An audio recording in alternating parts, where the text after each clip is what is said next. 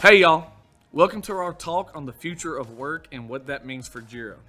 I'm Cody Wooten, channel manager for Appfire, an enterprise collaboration software company that is the largest app vendor residing in the Atlassian marketplace.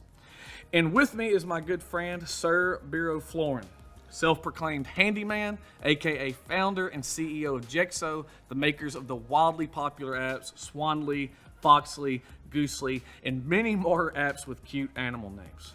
But don't let the cute animal names fool you.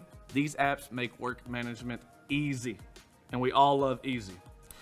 So I do promise that Biro is a friend of mine, and I did not pay him to do this. Even though he asked for compensation, I somehow managed to convince him for a good time, and we hope you'll feel the same way.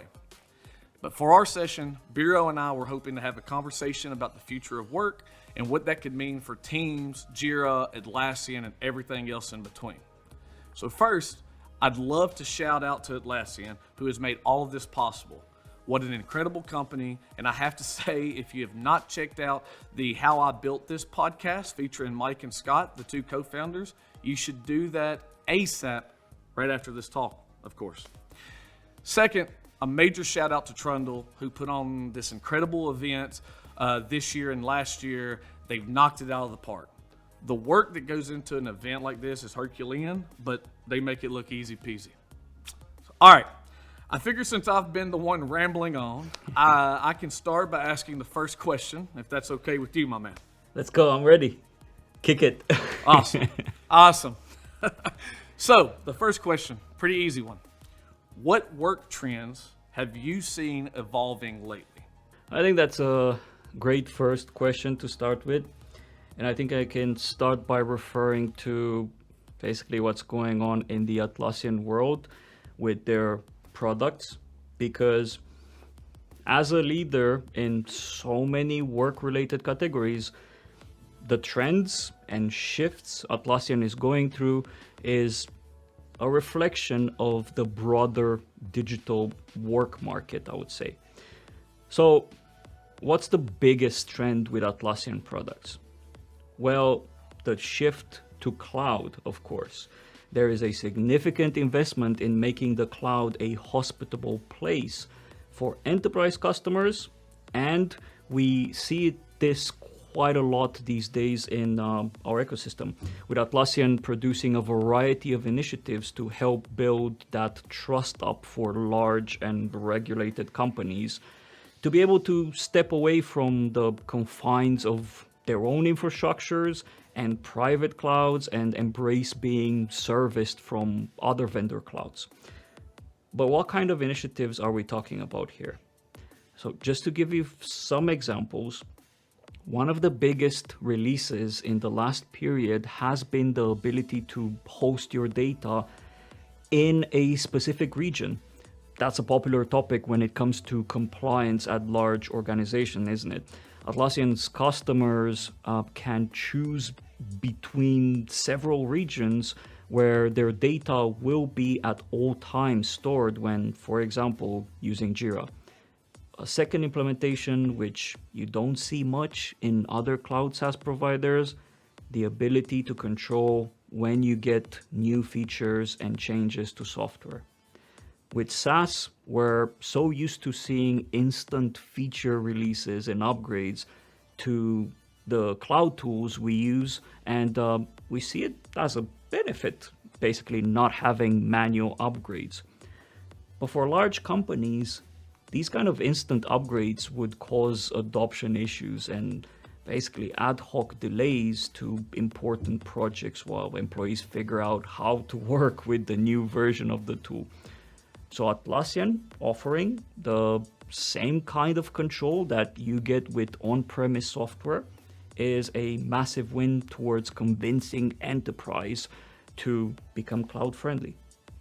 Of course, there's a ton more that Atlassian offers, like complete control over access and privacy, reliable services with auto scaling, a bunch of compliance requirements coverage, centralized governance, and much more.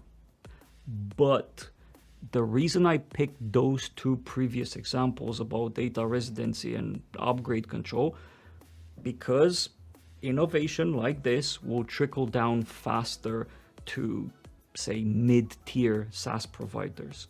I can for sure see other providers that operate in cloud and want to tailor more to enterprise, implement features like this more so than compliance or complex privacy structures, because the entry barrier gets lower due to the learnings from work like Atlassian did. And end of day, there will be large companies that care more about these features than compliance certifications.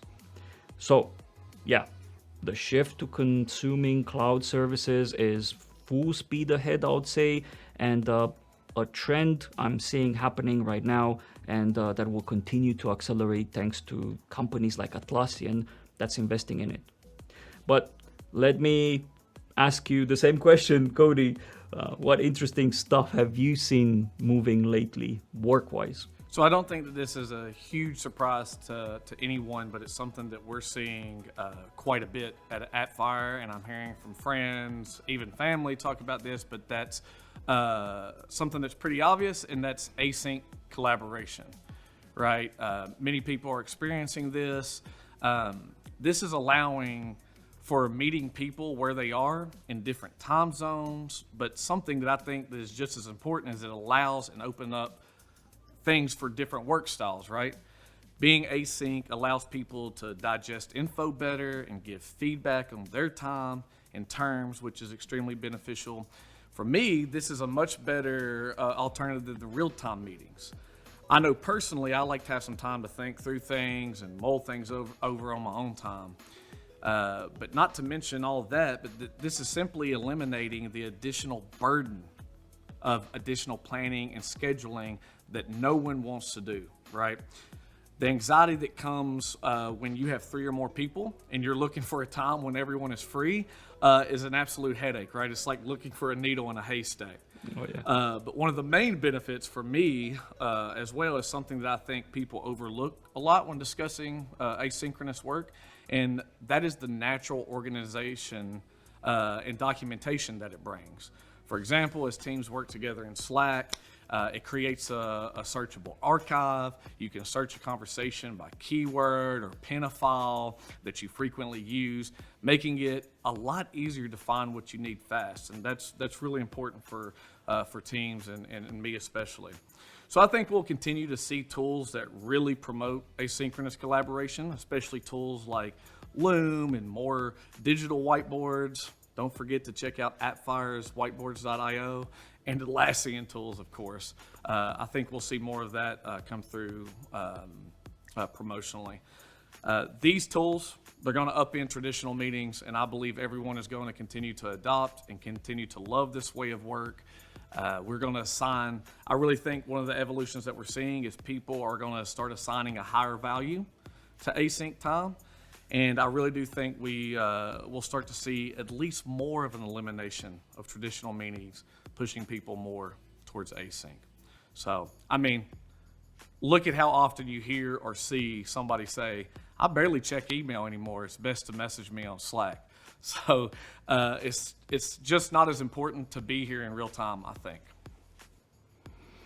Yeah, I completely agree. So now let's spin it 180 and talk about existing practices that might fade away in the future. What have you seen, Cody? Tell us what you're getting rid of in the future. Well, this is just a prediction, but I have 3 things really. I know we talked about it a bit just a second ago, but the easiest one that I think will disappear into the abyss is traditional meetings. The hatred for traditional meetings has come close to sparking my hatred for how many times I hear the joke, this could have been an email. The only thing stopping that hatred is that saying is more often than not, it's true, right? So I think traditional meetings, I really do think you'll start to see a decline in that. But for the next bit, I do believe that we are going to see more companies attempting to break free of traditional meetings in an attempt to lure folks back to the office. So you're starting to see offices implement more collaborative spaces, more kinetic and flexible meeting rooms, Obviously a stark contrast to old boardrooms with, the oval tables and King Robert Baratheon sitting at the head of the table and a screen at the other end. But I still think that the unnecessary meetings in real time will still lose the day. My second thought, though, is manual review processes. I think as we continue down the road of asynchronous kind of collaboration, you'll see more sophisticated document management systems that's going to remove the laboring and tedious work of manually reviewing. And I think you're going to see that a lot quicker than anticipated. But probably the big one and the last thing that I think will fade away is manual time tracking. I think you're going to start seeing a major shift toward ambient time tracking. Your system will know when you're typing inside of things like Git and IDE, a lot of things that these engineers do. You won't have to enter your time manually. The system's going to know when you are working, basically eliminating the need to do what is honestly universally hated, which is tracking your time manually, right? But my question to you is, well, what do you think about all of that? Or do you just think I'm crazy? I mean, I know the answer to that, but you know what I mean. Well, to me, I don't think you're crazy, first of all. Second, I don't think you need to be a Nostradamus to see that these three things are becoming a reality. Things are shifting towards that. But on meetings specifically, I think meeting fatigue has had its toll on people. And not only that, fundamentally, over the pandemic, having to have a lot more meetings has unveiled how many bad habits we all adopt when it comes to organizing and running meetings. I think the biggest challenge with meetings, aside from the number of them, is that most of them are just not pleasant meetings to be in. Wasteful, with no proper structure and goals, and also boring with disengaged participants. I'd like to see a brighter future around how teams aligned, and honestly, current old-fashioned meetings ain't it. Definitely ain't it. Yeah, I do think that it's safe to say more often than not, we have people rolling their eyes or have House of Dragon pulled up during most meetings nowadays. You can tell I'm on a Game of Thrones kick, by the way. I see that. But with all of that kind of being said, it's always easy to talk about problems, right? But how can we make that better? So I guess my next question would be, what would you like to see happen with how kind of folk are working? I think there's a lot of movement around team performance. Getting teams to work better together in this ever-evolving environment we call workplace. How can we ensure a certain level of quality and speed and output? And you see that a lot in this addressed by Atlassian often. Heck, they have an event next door called Work Life, where the focus is on team effectiveness, performance, and potential. And don't get me wrong, all of this is great because, again, a high-performing team badge contributes to having a healthy work environment. But what I like to see more of is a focus on well-being at work. Team culture and healthy habits and also personal development. We spend a huge chunk of our adulthood working, and I like to see more focus on exchanging that time more than just for monetary and professional gain. Let me explain. When you spend that many hours daily engaging with a group of people, it never is just transactional. There are so many nuances and variables to navigate in the working place, and having to take on the challenge and learn how to navigate without a support system and guidance is pure dangerous. Because if you wind up in a unpleasant setting at work, whatever that might mean or be, your quality of life drops.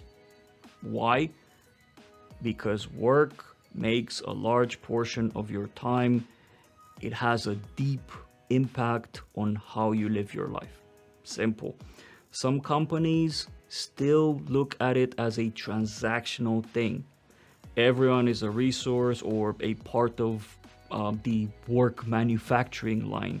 You put money in one end and get an equivalent output at the other end. But to be honest, that's far from reality. People in a workplace are part of a living, breathing ecosystem, and we need more drive towards not only those support structures, but how we can make the workplace as pleasant and also compelling for you to want to spend that chunk of time there rather than doing it just for the bucks you get in exchange. So yeah, I think more of us, be it employers, employees, influencers, we're all becoming more conscious and vocal about the comfort, well-being, and quality of life we expect as a standard. And also on a kind of like slight separate topic, and another thing I'd like to see happening is more departments and type of teams in companies adopting Agile. There's still this thought that being an Agile team is just for technical or product teams. But if you think of the characteristics of an Agile team, value-driven development, continuous feedback, ability to adapt, and so on, these are traits that more teams should adopt and shouldn't be exclusive to nimble dev teams. But I'll stop my rambling. What do you think, Cody? I agree with everything you said in regard to culture, personal development, and well-being, especially at work. I know that those are extremely important to me, and before I was at Appfire, I was your typical millennial and hop from job to job, right? But mainly because I didn't get these things at other employers as I do now. So Appfire easily has had the best culture to work for and has been fully remote for 16 years. So the investment that they've put in me for personal development has been highly encouraged from the company and never questioned. It was ultimately leading to a great state of well-being for me. But real quickly, I did want to mention another thing that I would like to hope to see a change in how people work, and that would be really moving away from 9 to 5 work hours. Just get your work done wherever you feel most productive and obviously where you can be available when you need to be. I still remember in college, I wrote a paper on Best Buy's ROW work environment, which stands for Results Only Work Environment. And this was back probably about 10 years ago. They implemented that at their corporate office. And even back then, they had studies that showed that this increased productivity and happiness and even helped the environment. So this kind of change not only does all those things, but it can also help lead to better inclusion and diversity in the workplace. The ability to work when and where you want asynchronously it honestly helps allow for diversity in the workplace, from race and ethnicity aspect to different schools of thought and backgrounds. So it even helps creating more conducive environments for people with things like ADD. I'm a perfect example of that from somebody who has ADHD. The flexibility of all this helps me be a better and happier worker. But I do think we are maybe a little bit ways away from a total adoption of some of this, but it will be some interesting obstacles, no doubt. But speaking of challenges, what challenges, Biro, do you think is going to occur as we evolve to this type of work life and just overall work environment? Well, I think I'm already seeing some of these challenges, not necessarily in the future. I think they're already here. Basically, I think that with these rapid developments around remote work come challenges that otherwise wouldn't be that common. And it relates to mainly not forming a good and close enough rapport with your team that can happen when you're basically a full remote worker. If your only experience of those you work with on a daily basis is through a short Zoom calls or the dull chat messages, it will definitely have an effect on your perception of others. People on the other side of the screen become less nuanced and less relatable. But why is that an issue? Well, it will lead to a shortage of empathy towards peers, as well as a lack of drive, interest, and basically no strong foundation for common goals. And we've seen the effects of this already with more digital workers adopting a fast-moving trend of choosing to work several remote jobs at a time and choosing to do a mediocre job at all of them and maximize their financial gains. And I'm not making this up. Google secretly juggling multiple jobs and you'll find documentaries from Bloomberg, NBC, and a slew of YouTube videos teaching you how to successfully do this. And the worst part about it is many don't even put in that mediocre level or deliver any work at all, but keep that job until someone there realizes they're not doing anything. It's becoming a big problem that we have to deal with at Jexo, and we had to deal with a couple of times, and had the person also incentivize other team members to do the same because they knew companies that were not checking work progress and literally said, and I quote, is literally free money. Now, I'm talking about this because I do believe it is the purest example of this lack of empathy towards your peers. If you have had spent time to get to know your colleagues, your boss, the company that hired you, it would probably be less likely you'd be able to do something like this to your team. Not saying that this kind of behavior doesn't exist in office workers, but it has been amplified with the influx of remote work where more people look at getting a job more like a periodic transactional exercise rather than a long-term partnership. But as grim as it sounds, not all is lost, I would say.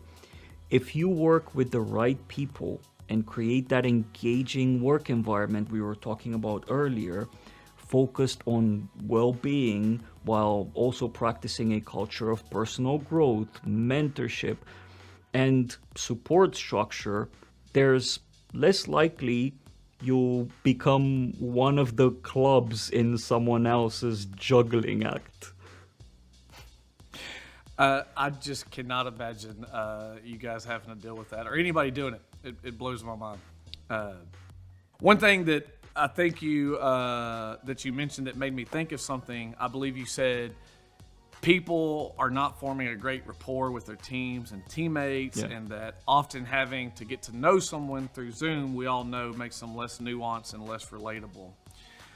I think that notion in particular will become a worsening problem as we evolve.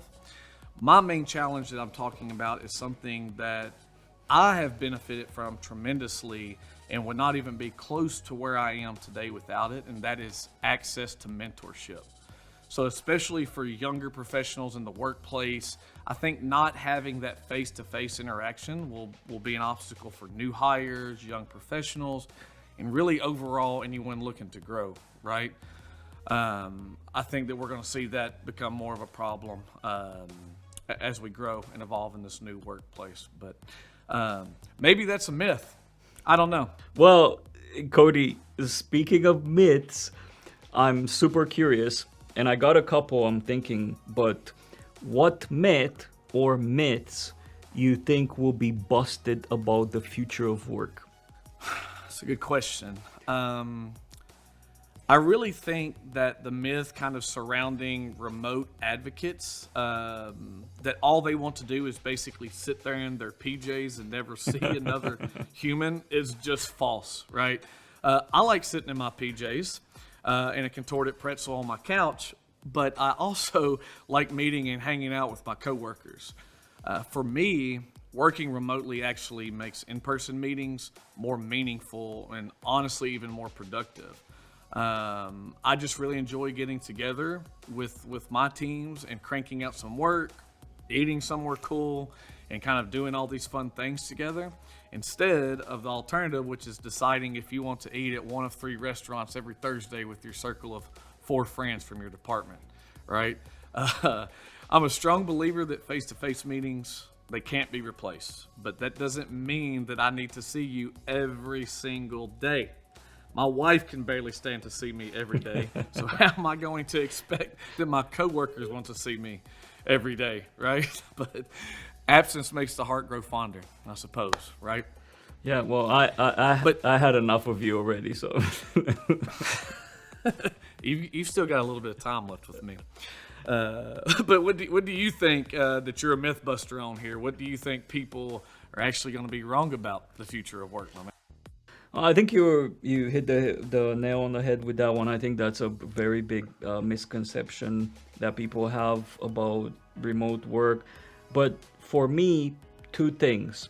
First myth is that AI will fully replace professional workers in the future. Not accurate at all, I'd say. I think AI will heavily enhance professional and technical workers, but not fully replace. The reason why?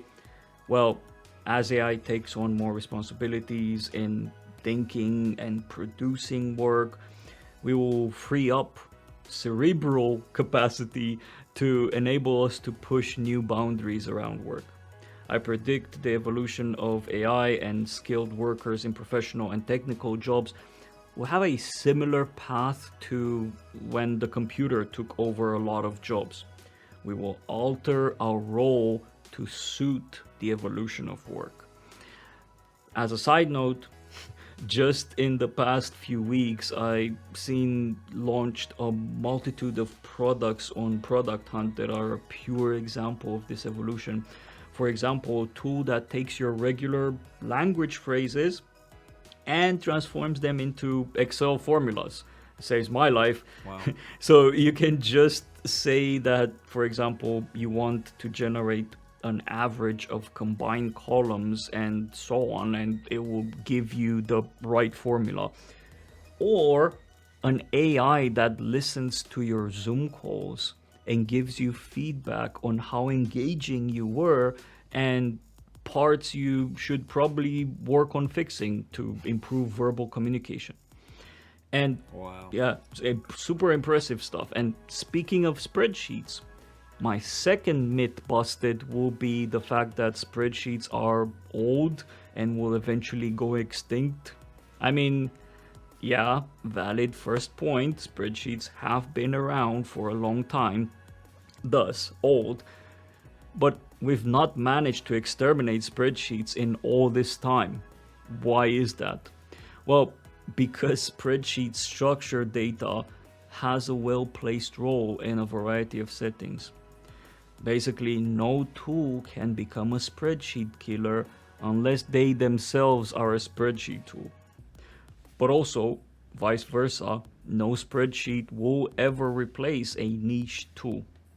They're also not mutually exclusive in a team or company, as you can use both in parallel for different purposes. We do.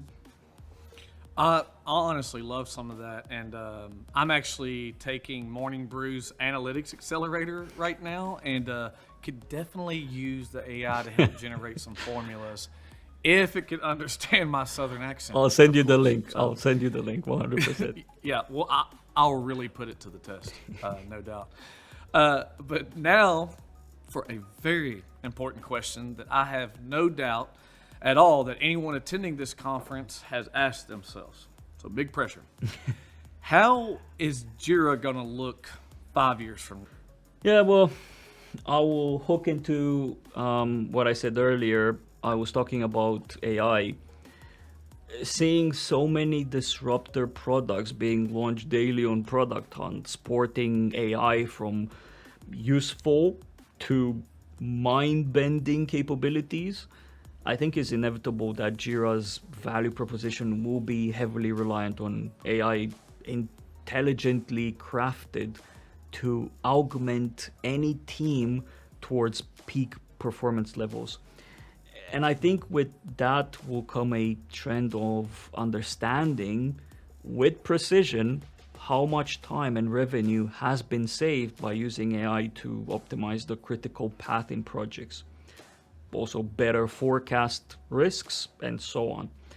Atlassian has already started creating smart features, but with more smart people coming up with machine learning algorithms combined with Atlassian acquiring some already baked disruptors, and not the type of bake that you're thinking about, Cody, in the future. All of this happening in the future, I'm proper excited for what's to come. I really agree with you. And the future for me in regards to Jira is, look, I'm not a technical person by no means, but I think that the writing is clearly on the wall. I think for Jira, there's gonna be a continuing to connect and integrate products across the board. This whole notion of working with whatever tools that your team wants, and that they can all be connected, but these lines that are between the products will start to be blurred, and you're not going to feel like you're jumping from product to product, right? I think Jira is going to be at the heart of that. And honestly, this leads me to predict that Jira will become even more platform minded, right? Mm-hmm. So develop even more capabilities for software vendors to build on their stacks so they could even be more unique and flexible for their enterprise customers. So I always like to think of it as how you can build unique stuff with a box of Legos. You can only build one thing with a Millennium Falcon specific kit right out of the box, right? Yeah. But if you get a massive box of Legos, then you can build the Millennium Falcon on steroids. Yeah, I've actually not thought about it like that, but you're completely right with that anecdote. What kind of, and moving on, so we talked about Jira in the next 5 years, but going broader, Atlassian ecosystem, Cody, what kind of impact will Atlassian have on the future of work? Well, we've kind of talked about this throughout the whole conversation today, but I think what we've talked about especially rings true for this particular question. I think that Atlassian's impact will be that it is at the heart of asynchronous collaboration. Atlassian will be the company that people think about when they think serious work in teams, right? Look at Zoom. When COVID hit, their numbers skyrocketed right to the moon. But rather quickly, though, you started to see those numbers drop as soon as people got Zoom fatigue and started returning to the office and all that good stuff. You didn't see this with Atlassian tools because they are the heart of the evolution of work. Look at our own app, whiteboards.io, if I could shamelessly plug our own app. Miro and Mural, who are our competitors, are busy making sure that you can add emojis to your whiteboard. Wow. while we are building the tool around a seamless integration with Jira, where you can create and edit tickets right from their whiteboards, right? We know that Jira is the heart of all this, and while we know that in the future we're going to be able to create a memoji alligator face soon enough, we know that a Jira integration is what makes our tool right at the heart of things. So, well, and honestly, what about yourself? How do you think that Atlassian is going to help carry us into the future? Well, first of all, I want to see that memoji alligator, so you better get to work. On it. Well, Atlassian has been on this journey to connect the work universe. They created an outrageous number of integrations with a lot of other tools out there. They have partnerships with plenty of companies and bringing a lot more together under the ventures umbrella. it does feel to me like Atlassian is connected to all things work. And as such, I think it will continue to be the glue between tools, platforms, cross-department teams. And I think they'll double down on that strategy moving forward. I mean, why wouldn't they? The cost of acquisition will lower when customer uses another tool already and knows about that tool. The lifetime value increases too, and you know all solutions available out there and stay up to date with development. So it makes a lot of sense. No, I really agree with you, and I love that glue analogy. And this is that good glue, not that Hallmark card type of glue, right? I think we're really lucky to get to sit right in the middle of this rocket ship. Oh yes, 100%. Right. I feel we had fun with this one. Do you not think so, Cody? This was the funnest time I've had in 6 years. Oh, okay. I'm blushing. Well, I sure hope everyone watching our chat today took some value out of it. And if you want to continue the discussion on the future of work, come join me at our Jexo sponsor booth. Also, if you feel you enjoy this kind of content, both Jexo and Appfire have a wealth of video content series. You can explore and learn useful stuff about work, Jira, and beyond. We will link everything, but on Appfire's YouTube channel, you'll find a great set of podcasts called The Best ITSM Show and The Best Project Management Show. Over on Jexo YouTube channel, my co-founder Nikki publishes weekly tips and tutorials about Jira. And you can also see my mug as well, weekly, teaching you various project management terms and concepts. And much more content to explore. So go on and subscribe to both our channels, and I promise you'll not regret it. Cody, any final words before we close off? I just want to say I actually turned into morning coffee and just for Biro's face. But I wanted to give a super quick update just from our team at Appfire. We have listened and listened and listened some more, and we heard you loud and clear. Bundled solutions will be coming from our team. We know that folks are looking for this, especially our trusted solution partners. We're aware that we have anywhere from 15 to 65 apps on a lot of enterprise deals and beyond, and that bundles are going to save time for the customer, save time for the implementer, and make everyone more consistent and repeatable. So yay for bundles, and be on the lookout for that real soon. Awesome. Well, thank you everyone, and we'll see you at our virtual booths. Bye. Cheers.